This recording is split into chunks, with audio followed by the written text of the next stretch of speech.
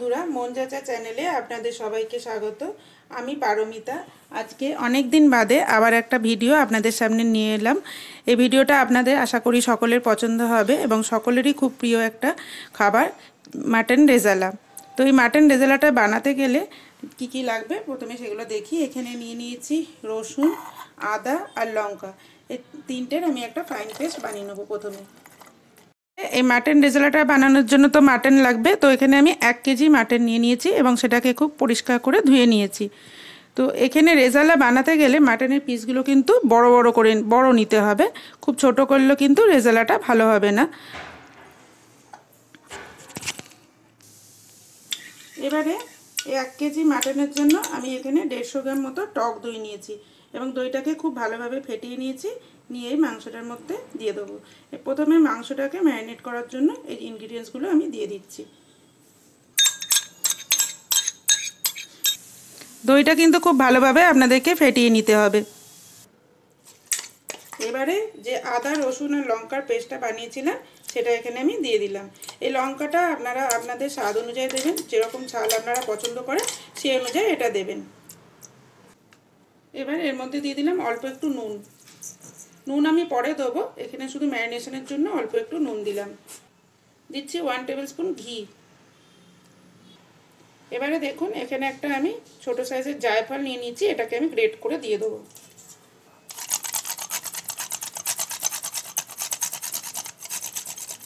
মোটামুটি 1/2 টিস্পুন মতো গ্রেট করে দিলেই এটা ভালো লাগবে খেতে, খুব বেশি দরকার নেই। 1/2 টিস্পুন দিলেই এখানে চলবে। এবারে এটাকে খুব ভালোভাবে সবকটা উপকরণের সাথে এই মাটনটাকে খুব ভালোভাবে মাখিয়ে নিতে হবে এবং এটাকে রেস্ট হতে দিতে হবে মিনিমাম 1 ঘন্টা। যত বেশি ম্যারিনেশনের টাইমটা দেবো মাটনটা কিন্তু খুব তাড়াতাড়ি রান্নাও হয়ে যাবে, খুব সফটও হবে। তো এটা খুব ভালোভাবে সবকটা উপকরণ দিয়ে আমি মাখিয়ে এখন রেখে দেবো। নিয়ে আমি বাকি যে উপকরণগুলো লাগবে সেগুলোকে রেডি করে নেব।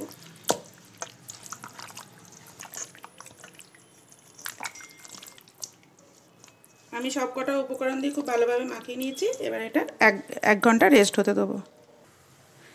এখানে আমি 400 গ্রাম মতো অনিয়ন নিয়ে নিয়েছি। 4 থেকে 500 গ্রাম অনিয়ন নিয়ে নিলেই হবে। এবার এটাকে আমি চপ করে নেব।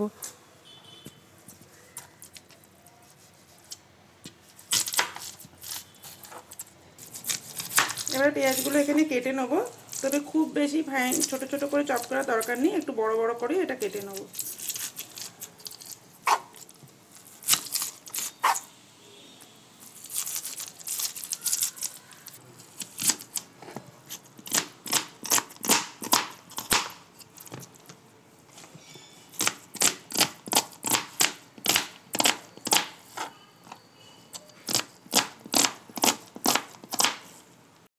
এবারে আগে থেকে আমি এখানে কড়াইতে জল গরম করতে দিয়ে দিয়েছিলাম।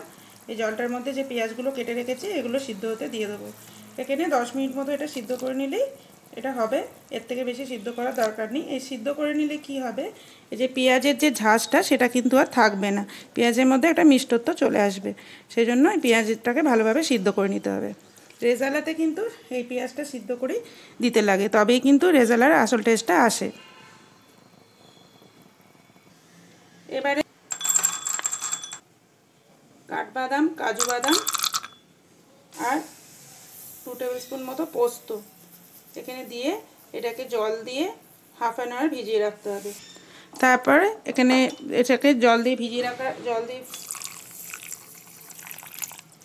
দিয়ে এখানে ভিজিয়ে দিলাম। এরপরে এটা 1/2 আওয়ার রেস্ট হতে দিতে হবে। তারপর একটা ফাইন পেস্ট বানিয়ে নিতে হবে। পেঁয়াজটা এখানে পুরোপুরি সিদ্ধ হয়ে গেছে, 10 মিনিট হয়ে গেছে। এবার এটাকে সম্পূর্ণ ঠান্ডা হতে দিতে হবে। এখানে আমি রেজালাটার জন্য একটা মশলা বানিয়ে নেব। এই মশলা বানানোর জন্য আমি এখানে নিয়ে নিয়েছি গোটা ধনে, দারুচিনি আর নিয়েছি তেজপাতা, নিয়েছি জয়িত্রী। এখানে জয়িত্রীটা আমার ভেঙে গেছে, তো একটাই এখানে জয়িত্রী নিয়েছি। আর নিয়েছি মৌরি, ছোটো এলাচ, লবঙ্গ আর একটা বড় এলাচ। এই সব কটা উপকরণকে আমি ড্রাই রোস্ট করে একটা পাউডার বানিয়ে নেব। এখানে আপনারা চিরঞ্জি দিতে পারেন, চিরঞ্জি দিলেও কিন্তু টেস্টটা খুব ভালো হয়। তবে আমার কাছে এই মুহূর্তে চিরঞ্জি নেই বলে আমি ওটা স্কিপ করে গেছি। আপনাদের কাছে যদি থাকে তো আপনারা ওটা এই সময় এর সাথে মিশিয়ে দেবেন এবং ড্রাই রোস্ট করে পাউডার বানিয়ে নেবেন। এবারে এই সবকটা উপকরণ এখানে দিয়ে দিলাম, দিয়ে হালকা ড্রাই রোস্ট করে নেব। ভালোভাবে এটা নাড়া দিতে হবে যাতে পোড়া না লেগে যায়। যতক্ষণ না এর থেকে একটা সুগন্ধ বার হচ্ছে ততক্ষণ হালকা ফ্রাই এটা করে নিতে হবে। এটা আমার ভালোভাবে ফ্রাই করা হয়ে গেছে। এবার এটা পুরোপুরি ঠান্ডা হওয়ার পরে এটার পাউডার বানিয়ে নিতে হবে। এবারে পেঁয়াজটা এখানে ঠান্ডা করার জন্য এই জলটাকে আমি ঝরিয়ে নেবো। পেঁয়াজের জলটা কিন্তু আমাদের লাগবে না। পেঁয়াজের জলটা এখানে ঝরতে দিয়ে দিয়েছি। এবার এটা পুরো ঠান্ডা হলে তবেই কিন্তু এটা পেস্ট বানাতে হবে। সব কিছু ইনগ্রিডিয়েন্টস আমার রেডি হয়ে গেছে। এবারে আমি রেজালাটা তৈরি করার জন্য প্রথমেই কড়াইতে নিয়ে নিলাম ঘি। এই ঘি দিয়ে করলেই কিন্তু রেজালার আসল টেস্টটা পাওয়া যাবে। আপনারা চাইলে ঘি তেল মিশিয়েও করতে পারেন, তবে আমি এখানে পুরো ঘিতেই করছি। ঘিটা এখানে গরম হয়ে গেছে। এর মধ্যে দিয়ে দিলাম শুকনো লঙ্কা আর দিয়ে দিলাম কিছুটা গোলমরিচ, গোটা গোলমরিচ। এবারে এর মধ্যে দিয়ে দিলাম এবারে যে পেঁয়াজটা আমি সিদ্ধ করে বেটেছিলাম সেই বেটে রাখা পেঁয়াজটা এখানে দিয়ে দিলাম। পেঁয়াজটা যেহেতু এখানে আমার সিদ্ধ করে রাখাই আছে, সেহেতু খুব বেশি কষানোর দরকার নেই। মোটামুটি এই ঘিটা ওপরে উঠে এলেই এর কষানোটা হয়ে যাবে।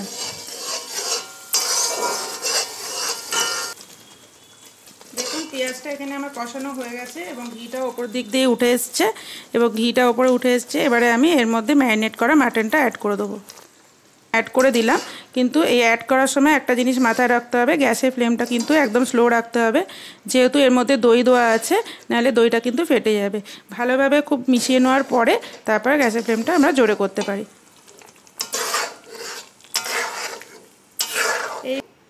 এইভাবে 25 থেকে 30 মিনিট খুব ভালোভাবে কষাতে থাকতে হবে।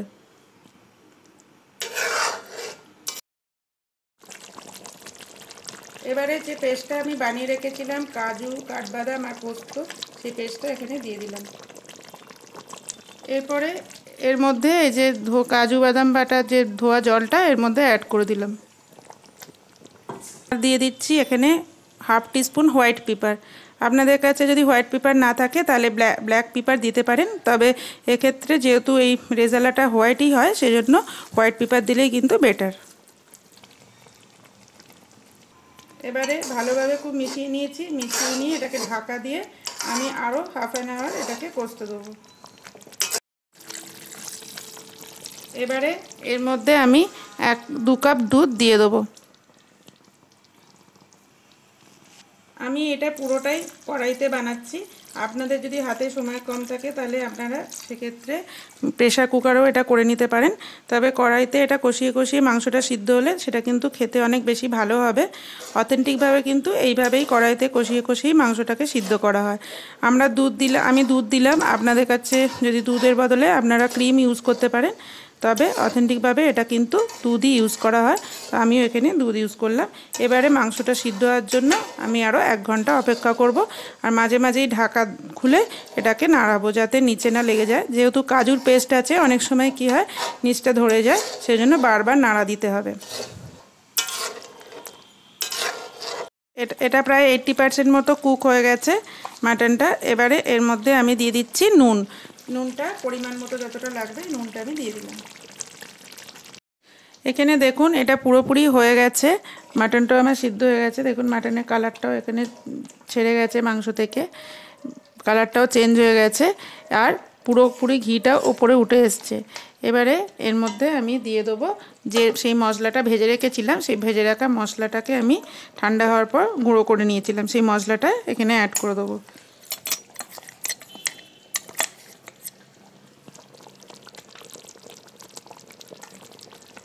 এখানে 1.5 স্পুন মতো এই মশলাটা আমি অ্যাড করে দিলাম। এবারে এর মধ্যে আমি দিয়ে দেবো কেওড়া ওয়াটার। এটা দিয়ে দেবো 1 টেবিল স্পুন কেওড়া ওয়াটার দেবো। খুব বেশি কিন্তু দেবো না, তাহলে কিন্তু একটা তিতকুটে ভাব চলে আসবে।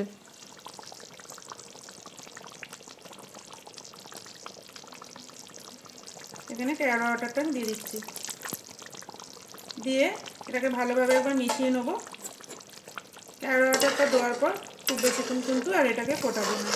তো আমাদের এখানে মাটন রেজালা রেডি হয়ে গেছে। আপনাদের যদি আমার রান্নাগুলো ভালো লেগে থাকে তাহলে প্লিজ প্লিজ প্লিজ আমার চ্যানেলটাকে সাবস্ক্রাইব করে দেবেন, সাথে থাকবেন, সাপোর্ট করবেন, এইভাবে যাতে আমি আরও নতুন নতুন রেসিপি আপনাদের কাছে পৌঁছে দিতে পারি। তার জন্য আপনাদেরকে অসংখ্য ধন্যবাদ।